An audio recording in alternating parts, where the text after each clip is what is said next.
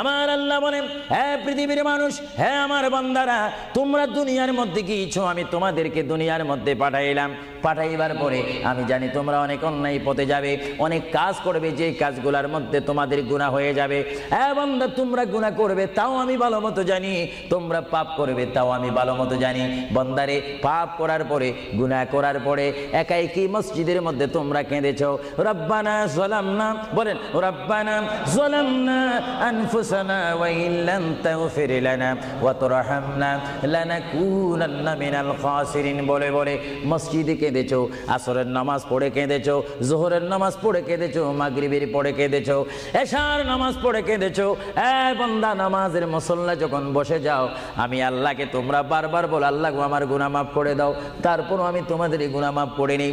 তারপরও তোমরা নিশি রাত্রে, মানুষ যখন ঘুমে যায়, তোমার বিবি যখন ঘুম যায়, তোমার ছেলে যখন ঘুম যায়, তুমি নিশি রাত্রে ঠান্ডা পানি দিয়ে ওযু বানিয়ে নামাজের মুসল্লায় বসে তুমি আবার যখন ডাক দাও, রব্বুল আলামিন, পৃথিবীর কোনো মানুষ আমার গুনাহ সম্পর্কে জানে না, তুমি আমার গুনাহ সম্পর্কে জানো। আমি এমন গুনাহ করেছি আমার বিবি জানে না, বিবি গুনাহ করেছে আমি জানি না। আল্লাহ, তুমি সব কিচ্ছু জানো। হে আমার প্রভু, তুমি আমাকে মাফ করে দাও। আমার আল্লাহ বলে, তারপরও যদি তোমাদেরকে আমি মাফ না করি, তারপরও বান্দা, তোমরা আমার রহমতের দরজা থেকে ফিরে যাইও না। আমি তোমাদেরকে হুকুম দিচ্ছি, ওয়ালাউ আন্নাহুম ইয যালামু আনফুসাহুম জাউকা, বান্দারে, যদি গুনাহ করে ফেলো, আমার রহমত থেকে মুখ ফিরে তুমি চলে যাইও না। বান্দা, আকাশ পরিমাণ যদি গুনাহ করো, পাতাল পরিমাণ যদি গুনাহ করো, সাগরের পানি পরিমাণ যদি গুনাহ করো, পাহাড় তুলনায় যদি তুমি গুনাহ করো, আমার দরবার থেকে তুমি নিরাশ হইও না। বান্দা, আমি তোমাকে একটি রাস্তা বাতাই দিচ্ছি, একটি পথ তোমাকে আমি দেখাই দিচ্ছি। সেই পথটি কোন পথ তোমরা জানো? ওয়ালাউ আন্নাহুম ইয যালামু আনফুসাহুম জাউকা, বান্দারে, যখন তোমরা বরবাদ হয়ে যাবে, তখন তোমাদেরকে একটা পথ আমি তোমাদেরকে দেখাই দিলাম। সেই পথটির নাম হচ্ছে আমার রাসূলের মদিনা। জোরে বলেন সুবহানাল্লাহ। বান্দা, আমার নবীর দরবারে গিয়ে কেঁদে কেঁদে তোমরা বলো, ইয়া রাসূলুল্লাহ, ইয়া হাবিবাল্লাহ, আয়াকা ইয়া রাসূলুল্লাহ। আল্লাহ কোরআনে বলেছে, ওয়ালাউ আন্নাহুম ইয যালামু আনফুসাহুম জাউকা ফাস্তাগফিরুল্লাহ ওয়াস্তাগফার লাহুমুর রাসূল। আল্লাহ বলেছে, হে বান্দা, তোমরা ডানে না গিয়ে, বামে না গিয়ে, পিছে না গিয়ে, তোমরা সরাসরি আমার নবীর কদমে চলে যাও। আমার নবীর কদমে গিয়ে আমি আল্লাহর দরবারে তোমরা তওবা করো। তওবা করতে করতে তোমাদের চোখের পানি যখন বাইর হয়ে যাবে, আর ওই মুহূর্তে যদি আমার বন্ধু যদি তোমাদের জন্য আমার দরবারে সুপারিশ করে, আমি আল্লাহ তোমাদেরকে ওয়াদা দিয়ে দিলাম, গ্যারান্টি দিয়ে দিলাম, আমার রাসূল যদি তোমাদের জন্য আমার দরবারে সুপারিশ করে, সঙ্গে সঙ্গে বান্দা, তোমার অতীতের জীবনের কবিরা সগীরা গুনাহ মাফ করে দেব। জোরে বলেন সুবহানাল্লাহ। আরো জোরে বলেন সুবহানাল্লাহ। আমার আপনার গুনাহ মাফ করার জন্য রাসূলুল্লাহর দরবারে যাওয়ার দরকার আছে কিনা? চিৎকার জীবন আছে কিনা?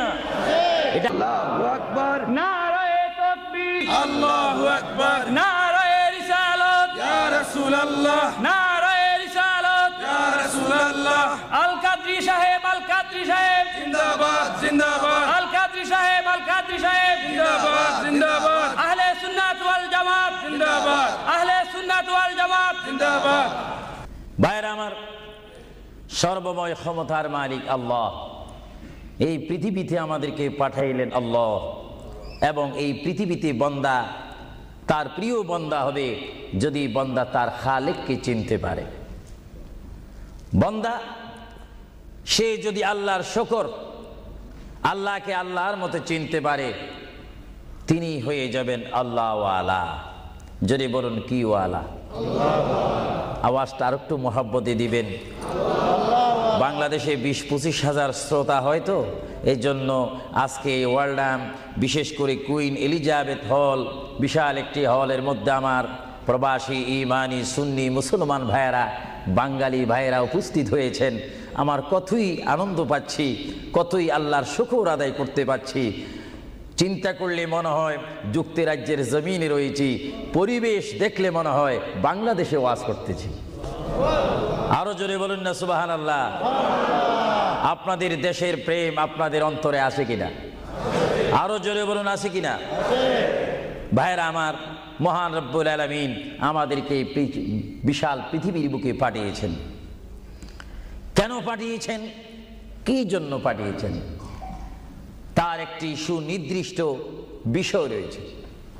আল্লাহ রাব্বুল আলামিন সকলকে পাঠিয়েছেন তার জমিনে, তার পথে আন্দোলন করে, তার পথের মধ্যে শ্রম দিয়ে, তার পথের মধ্যে নিজকে প্রতিষ্ঠিত করে,